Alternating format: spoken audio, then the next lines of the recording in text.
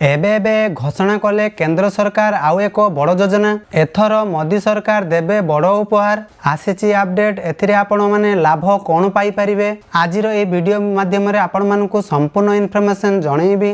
तो वीडियोटी को आपण बिना स्किप रे एंड जाय देखंतु जहा फल रे आपण माने संपूर्ण सूचनाटी पाई परिबे और आगामी जो भविष्य रे आसुवा इन्फॉर्मेशन टी तो आपण मानक सर्वप्रथम नोटिफिकेशन साहाय्य जानि पारिबे। तो मु जगन्नाथ जेडीएस टे गोटे चैनल रे आपण मानक स्वागत जणाउची। जो माने नुआ करी आछुंती सब्सक्राइब करबा सह जो पाखरे घंटी चिन्हटी अछि दबे नोटिफिकेशन ऑन कर दियंतु जहा फल रे एमती नुआ नुआ लेटेस्ट इन्फॉर्मेशन एई चैनल माध्यम रे आपण माने सर्वप्रथम जानि पारिबे। तो चलंतु देरी न करी आजर वीडियोटी स्टार्ट करबा।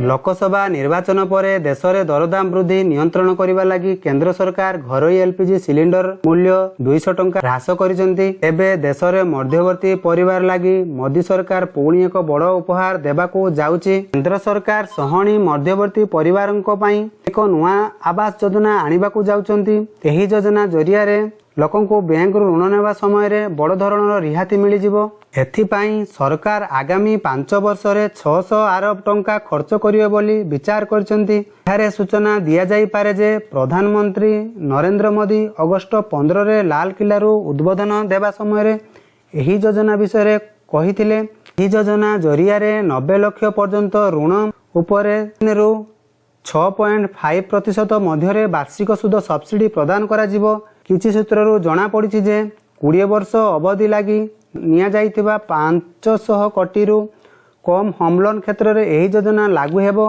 जणे सरकारी अधिकारी कहिसंती एही सुध चार्ट लाभांगी को होम लोन अकाउंट रे एडवांस आकार रे प्रदान करा जिवो। एही योजना रे आपनकर 228 मसिया पर्यंत लागू करा जिवो।